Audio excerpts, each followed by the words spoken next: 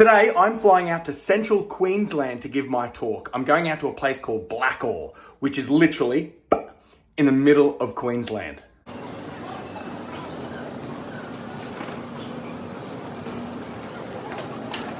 One of the funniest things about wearing a mask when you've got Tourette's is this is one of my tics.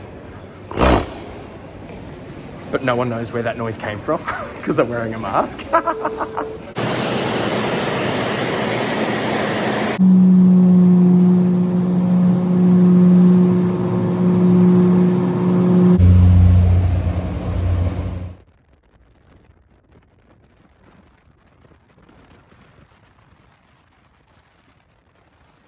Now, I've just been picked up from the airport by the lovely Anita. Hello. Now, Anita, how big is the size of the property you live on? I live on a 30,000 acre property. That's how many football fields?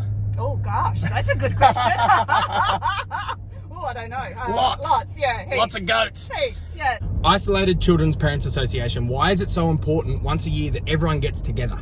So this is where the real issues that affect any child living in rural or remote Australia is raised, and then the Queensland State Council will take that and lobby the ministers, the relevant ministers in Brisbane. What is Blackall famous for? Some small towns are mining towns, farming towns. What's Blackall? So Blackall was the survey point, the black stump, that was it originally, and it was quite a large wool town, so sheep wool. So I can buy an awesome Australian-made Blackall grown woolen coat here? No. But, great. But they are in process of getting a wool scour here. What's a wool scour? So a wool scour is how you process the wool. So the wool is coming off the sheep, shorn off the sheep, and so it's got a lot of lanolin grease in it. And so they scour it out, so it's lovely, nice, clean fibre. Yeah. And so it's ready for milling. I've swapped drivers. I must have been naughty with Anita, and I've got a new driver, Lisa. Hello, Lisa. Hi. Now, she's giving me a little bit of a tour around Blackall, but you're taking me somewhere cool. I am. We're just heading out this way.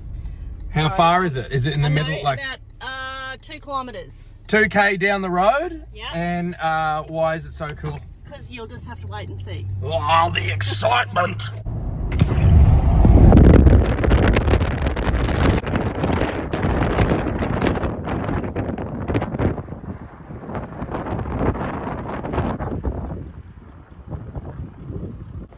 Yeah, this is awesome. Giant sign saying Blackall. What are those little photos there? So they're all photos that are taken by the community. Mm-hmm. So people that live here, that shows why they love to live here, what they do, you know, what they do for work, what they do for fun, their animals, whatever. But they're 7 metres high. Yeah. Over 120 metres. Forget Hollywood sign. It's all about the Blackall sign. How many people live in Blackall?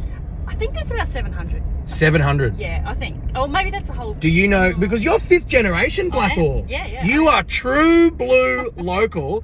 Do you know all 700 by name? No. And because these small country towns, do you know everybody's secrets, their stories, the skeletons in the closet? No. Don't lie. Lisa's got a few skeletons herself. No. Okay. I'm in Blackall. Look at this beautiful sign, Lisa. How good is that? It's pretty amazing. This one's 12 metres high, and we only did it last year, so it hasn't been here 12 months yet. Really? Yeah. And how's it received by the locals? Oh yeah, fantastic. Really good. And it actually reflects at night as well. So at night it looks like it's a floating bee. So all the images, it looks like all the images are floating. Who took these photos? So they're all community. So everyone who hashtags Better in Blackall, and they share their photos to the page, and so it's just showcasing why they love to live here, how special Blackall is, and what they do. Yeah. And I will say, it looks beautiful. Usually all over Australia, it's usually brown, flat, and red. This is green. This is amazing. We've had an incredible season this year. We're really lucky. Yeah. So no, it's pretty special at the moment. Okay.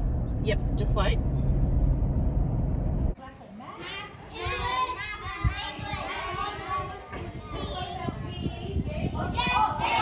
So this is going to be a huge conference. The Minister for Education, Grace is here, and they're all, I didn't want to take her limelight because I pulled up in front of her first and everyone's waiting. I was like, hello everybody, you're waiting for me? And I didn't realize, but there are so many teachers here. So now I get to have my revenge. I'll be giving out detentions.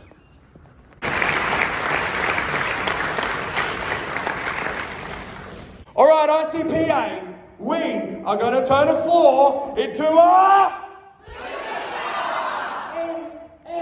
We can do better. If you're electricity, you can jumpstart a car. All right, we're going to turn a floor into a...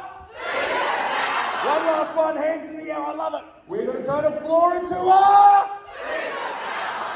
That was an awesome talk, hanging out with so many principals, teachers. I gave out a couple of detentions and a few gold stars. They were really great crowd, and it was a really good talk. So I was so stoked to come to Blackall, and now flying out of Barcaldine back to Brizzy. It's been really eye-opening and interesting giving my talk to so many different people from different walks of life. I've given talks in very prestigious, well-off schools, and I've given talks in some lower socio-economic schools. But they all have one thing in common. They're all the same. Everybody experiences emotions the same way. Everybody faces adversity. Everybody experiences setbacks. And when I give my talk, I can see the same thing coming back. They've all experienced pain, trauma, adversity, struggles. And it doesn't matter where you come from. It doesn't matter what your background is. Whatever it is, everybody experiences the same stuff. That's been so fascinating to observe on my Keynote journey, starting this career a year ago and giving so many talks all over the country. We're all made of the same stuff.